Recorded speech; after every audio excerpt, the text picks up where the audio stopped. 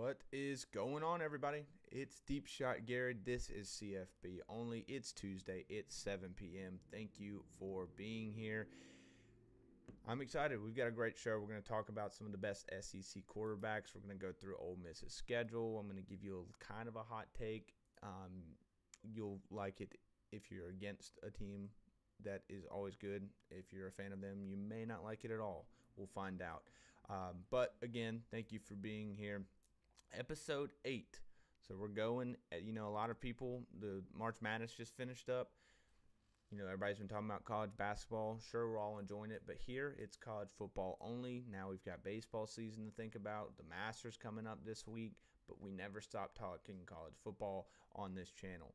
If you're watching on YouTube, go ahead and hit the subscribe button. If you're listening on podcast, make sure you subscribe there on Spotify or Apple Podcasts, wherever you get it. Make sure you see the clips of the show that I post on the YouTube channel as well. And if you're doing all of that, but for some reason you're not following on Instagram and TikTok, make sure you're doing that as well at Deep Shot Sports. The climb to 4K is so close. We are within, I think, 160 followers of 4K, and that's because we post good content over there, things you're going to like.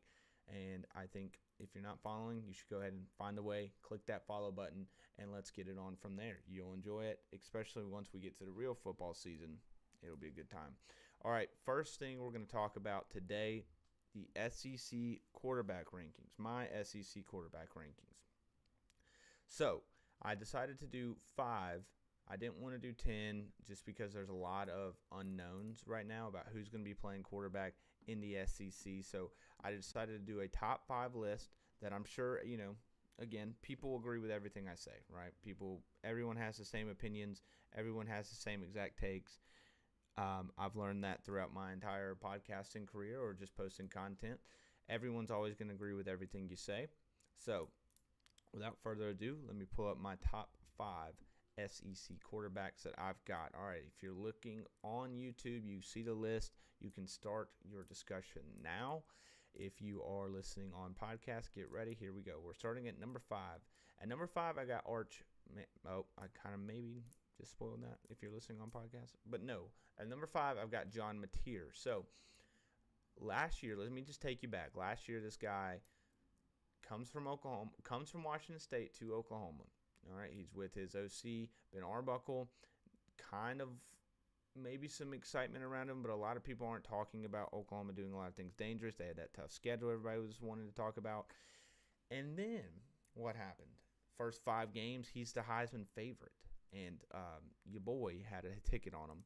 So that was exciting. And then he injures his thumb, misses a game, comes back maybe a little too early against Texas, and has basically just a downward spiral of what could have been an incredible season. But his team was still winning. He got to the playoffs. And I think in that playoff game against Alabama, we really saw what he was earlier in the season. And he's a dual threat guy that was making tons of plays. And I think if we can take away the post-injury part of his season, he was the Heisman favorite. Remember that. And when you look around the SEC and you're looking at who do I think I trust at the quarterback position, I think I trust John Mateer, a healthy John Mateer, to make some noise as we get back into the fold in 2026. The schedule is going to be the schedule in the SEC. He's going to be with his OC again, same head coach, obviously.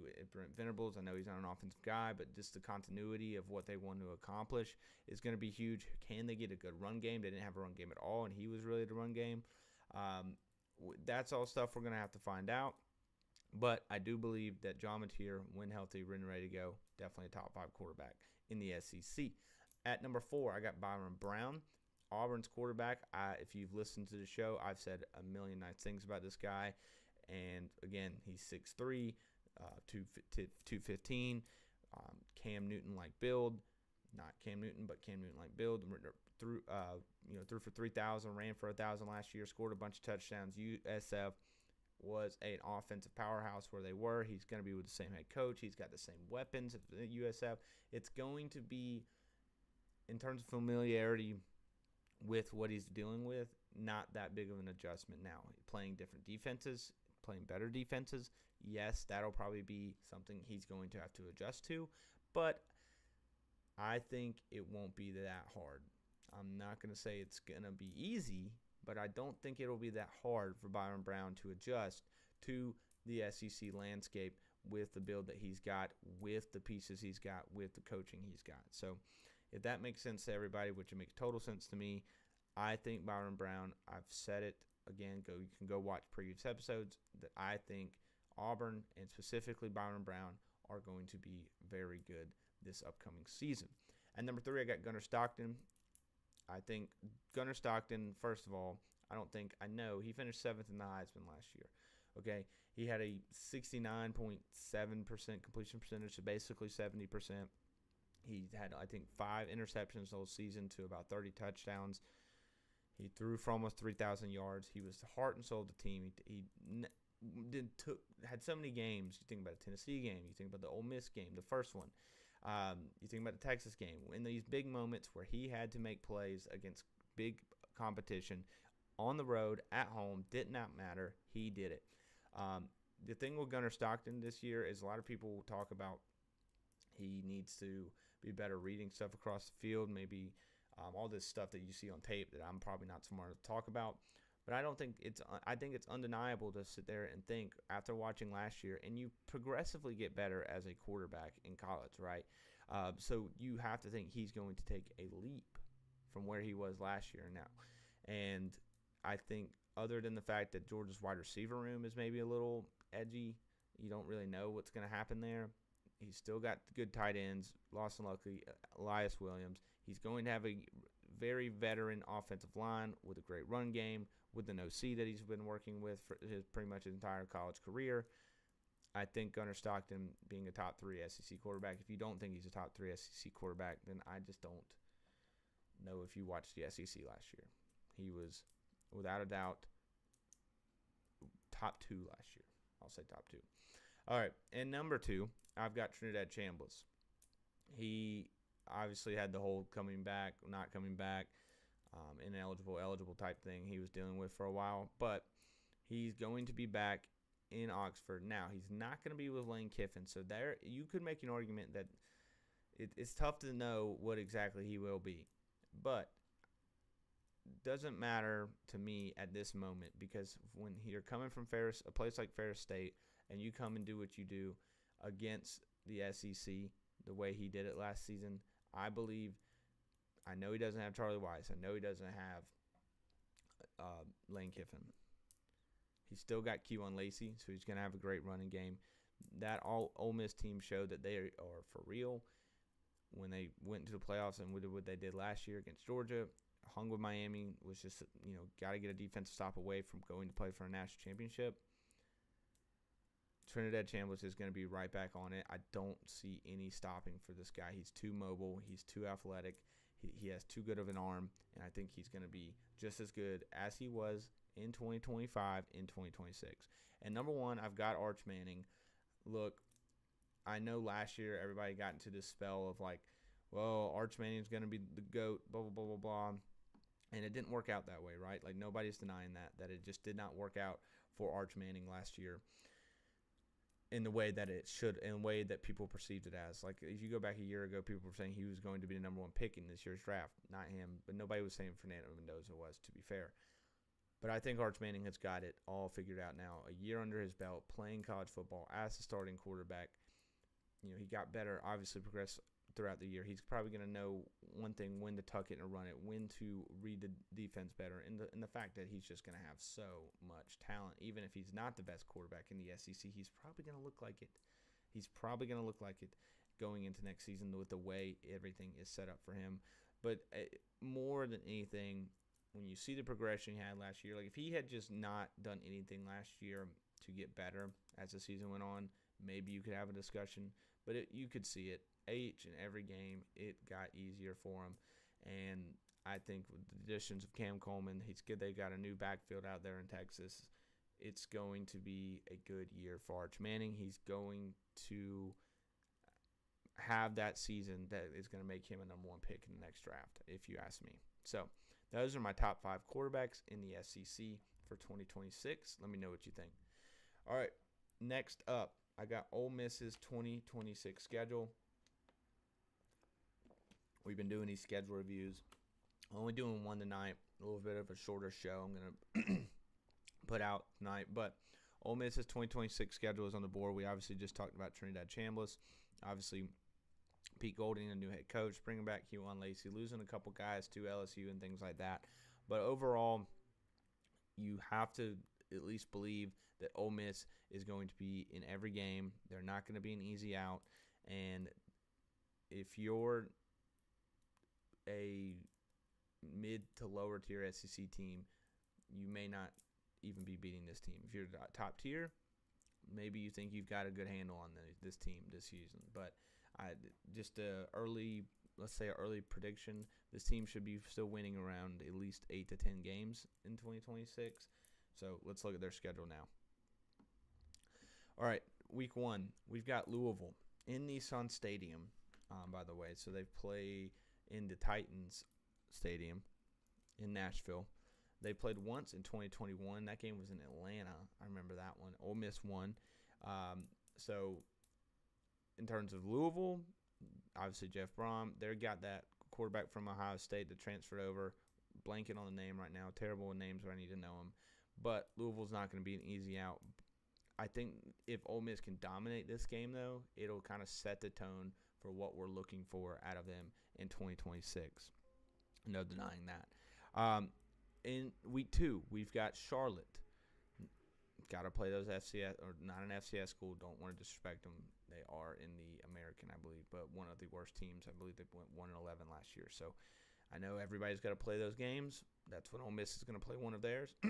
It's in week 2 against Charlotte. Week 3, LSU. Obviously, this is the Lane Kiffin game. Everyone knows it. It's in Oxford. They played last year in Oxford, and they won the last 3 games against LSU in Oxford. They haven't won in Baton Rouge in a long time, so it's a good thing they're not going to go to Baton Rouge this season. Ole Miss has to get to play LSU twice in a row at home. They beat LSU the last 3 times, but Lane Kiffin was their coach. So that's the battle, right? And I think I've talked about this game a couple times on previous episodes. It's obviously going to be a big one. Everyone's going to be locked in on this one. But where does that stat hold true? Was it the Lane, or was it Lane getting those 3 wins in the last 5 years in Oxford? Was it the team? Was it a mixture of both? Was it the fans? Can it be Pete Golding continuing the streak for Ole Miss, or does Lane keep his own streak going of winning this matchup in Oxford 4 times in a row? Week 4, they play Florida. All-time series, fun fact here, tied at 13 apiece.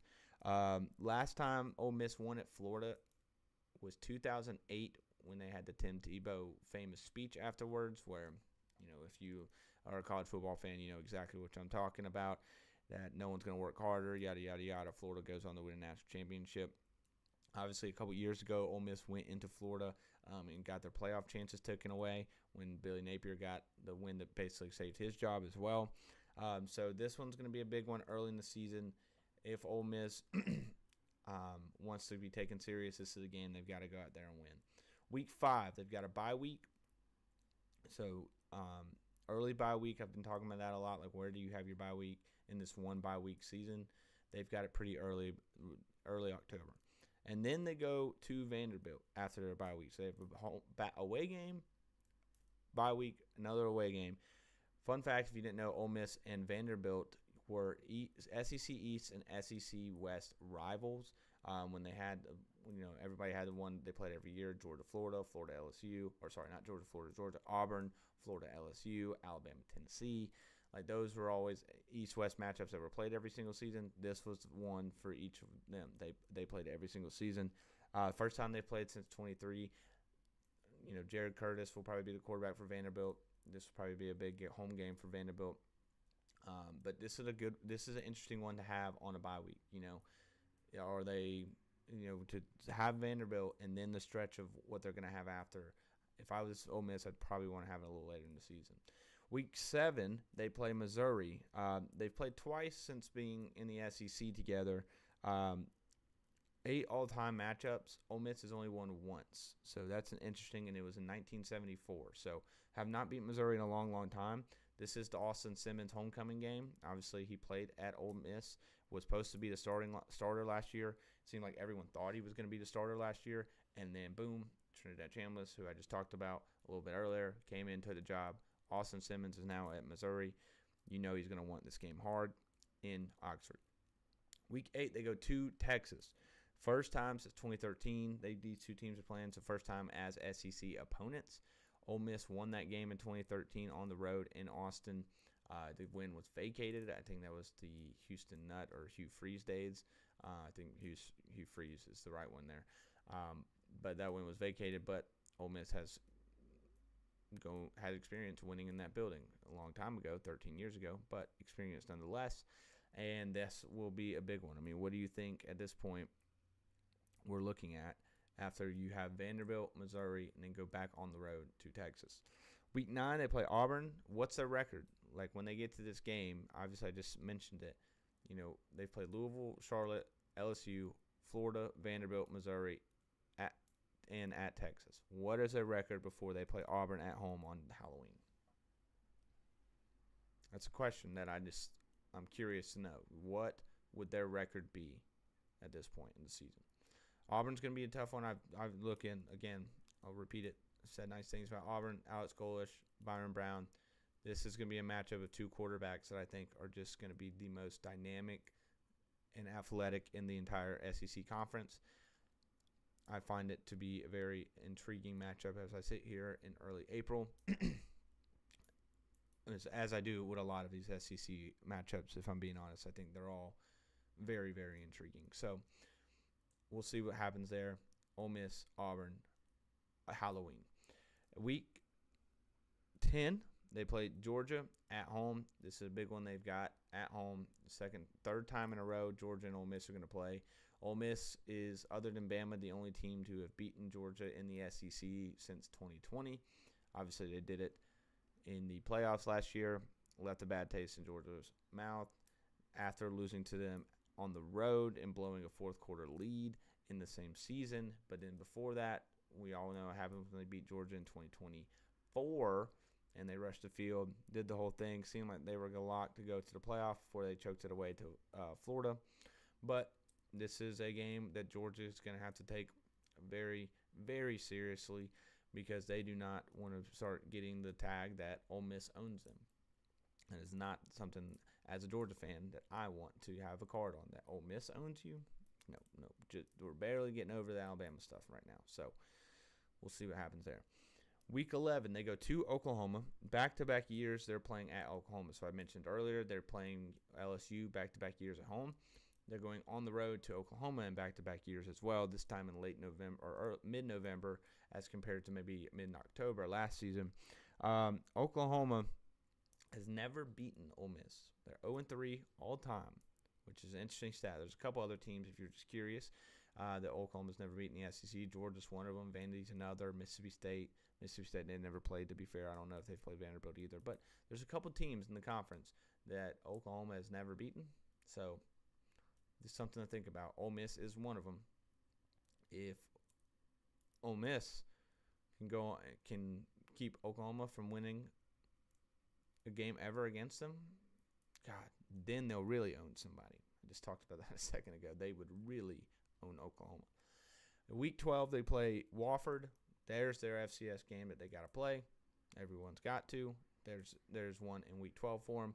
And in Week 13, Mississippi State. They've beat Mississippi State 3 years in a row in the Egg Bowl. So where I stand on Mississippi State, I think if you follow everything like I've asked you to before, you would know where I stand on Mississippi State. I'm not that high on them, and I actually have some beef with a lot of fans. So rooting for Ole Miss in the Egg Bowl there, as I pretty much do every single season. So that is the Ole Miss 2026 football schedule. Should be an interesting season post-Lane Kiffin. Where do they go? How does the team look? How does the offense look specifically? How does the defense turn around under Pete Golding? Pete Golding's been under a lot of fire for the way he's tampering and everything. So what does post-Lane Kiffin Ole Miss look like? That's the question. What does post Lane Kiffin Ole Miss look like? All right. Last thing I want to talk about before I get out of here. Again, short show. This is something that I'm not going to be hardcore pressed on. That I'm going to say, like, I 100% believe this is going to happen. But Ohio State made a move in the offseason that they had to, first of all. The reason they made the move is because somebody left the program. So they had to do something and get somebody else in this position. That position I'm talking about is offensive coordinator. Brian Hartline, the receivers coach for the last couple years, was the offensive coordinator last season after Chip Kelly was the offensive coordinator the prior year when they won the national championship in the first year of the college football playoff. Now that Brian Hartline has left, they've hired Arthur Smith. Now, Arthur Smith is the prior offensive coordinator for the Pittsburgh Steelers. Before that, he was a head coach for the Atlanta Falcons. Before that, he was an offensive coordinator for the Tennessee Titans. The Tennessee Titans when Derrick Henry was running for 1 billion yards. Ryan Tannehill was good. Now, I am a Falcons fan. If I can show you where... I'm a Falcons fan. If you're watching on YouTube, you just saw the Rise Up flag behind me. So maybe you can say this may be a little hostile to say, or maybe just bad blood. But this guy right here could be the potential downfall of Ohio State football. Arthur Smith is one of the most buffoon-looking guys, first of all. Look at this guy. He is, if you didn't know, Arthur Smith's dad owns FedEx.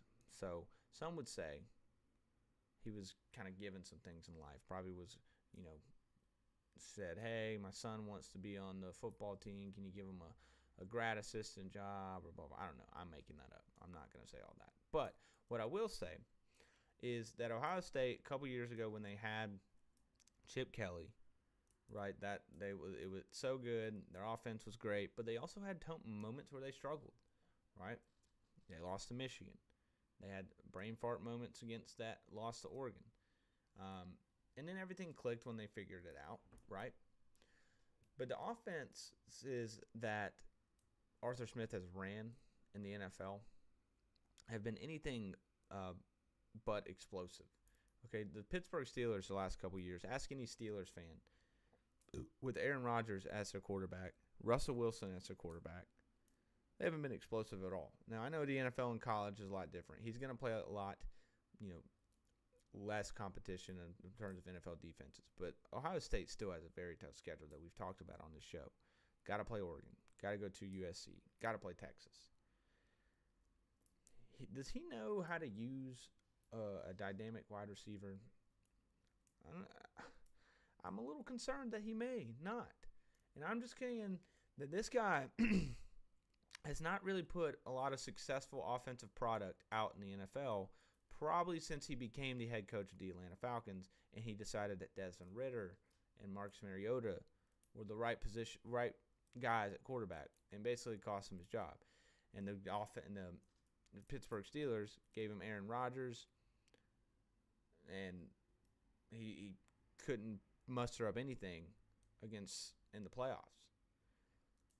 Now he's gonna want to be a run first guy at Ohio State.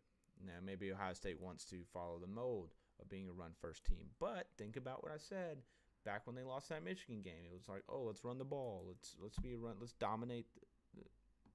They're gonna be getting some games this year where what they're gonna need to do is throw that ball up to Jeremiah Smith. Throw that ball up to name any wide receiver you can find at Ohio State. They're going to be good. It's going to be an advantage that a lot of times he's going to have the best players on the field. But it's also going to be a concern that it's Arthur Smith. And I'm telling you right now, this guy could cost Ohio State 2, maybe 3 games. And does a 3-loss Ohio State make the playoff with that schedule they've got? They've got a schedule that consists of Texas, USC, Oregon, Michigan, Indiana.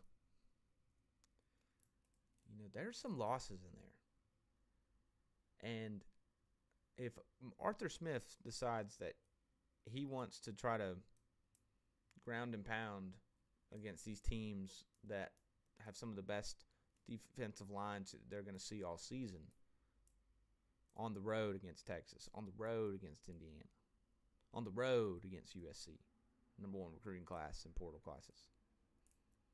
I'm just saying Arthur Smith may get in over his head. And did Ryan Day make this hire because he thinks Arthur Smith is best for the way we want to play football and the explosive offenses we want to have? Chip Kelly was an explosive guy. I mean, air raid type Oregon offense that they put him in the NFL, and then he goes back to the NFL and he can't even figure it out. They fire him from the Raiders. Whole shit show they got over there. Brian Hartline was there for a long time, is a receivers coach. So obviously wants to use the receivers and implement that with his quarterback. Maybe Ohio State becomes the best rushing team in the country in 2026. Maybe I'm wrong. But I got a feeling that Arthur Smith is going to make a lot of Ohio State fans very upset. Whether they win or they lose games, the offense could be taking a step down. Now, I'm not going to come out here and predict that Ohio State's not going to the playoffs. They're not going to be a contender in Big Ten. But what I want to say is at some point during the season, Ohio State fans are going to question this guy. And I'm going to remember this moment. For however many people are watching, listening, you'll remember this moment. You'll go, man, Deep Shot Garry. I remember when back in April, he said Arthur Smith was going to be a potential problem for Ohio State. Now it's week 8. They just lost their second game of the season to Indiana, and they lost to Texas earlier this year. And they only scored 10 points against Texas. They only scored 13 against Indiana. Still got to play Oregon. Still got to play Michigan. And Arthur Smith just isn't getting it done. Jeremiah Smith's only got 400 receiving yards this year. Whose idea was that? Just saying. Just a thought to think about. Okay, that's going to be it for this episode. Again, another short episode here on CFB Only. I want to say thank you to everybody who watches and subscribes. I really appreciate you guys sticking in with me. I know college football isn't the first thing on everybody's mind at this point of the season, but we're this time of the calendar year in the off season. But spring games are about to get going. A lot of people are talking about, can the Trump executive order that kind of stops the post-cheating spring transfer portal, whatever it is, basically. We'll see what that happens with the executive order. It's also got included with the 5 years. Basically, you get one free transfer unless you graduate, and you get another one. Those are all things going on right now in the college football world. You're kind of looking at schedules, but we're inching closer, right? I think we're less than 150 days away. We just keep inching closer to college football. We're in April, then it'll be May, then it'll be June, then we'll be at SEC Media Days or, just all the media days. Don't want to favor anybody. And then you'll be at fall camp. Then you'll be at week 0. Then you'll be at week 1. And we'll be all back in the thick of it. Deep Shot Podcast will be going on. This show will have big numbers. We'll be talking games, recaps, reviews, streams, things like that. So if you're listening now, thank you again. I really appreciate it. Enjoy the rest of your Tuesday night. I'll see you guys next week.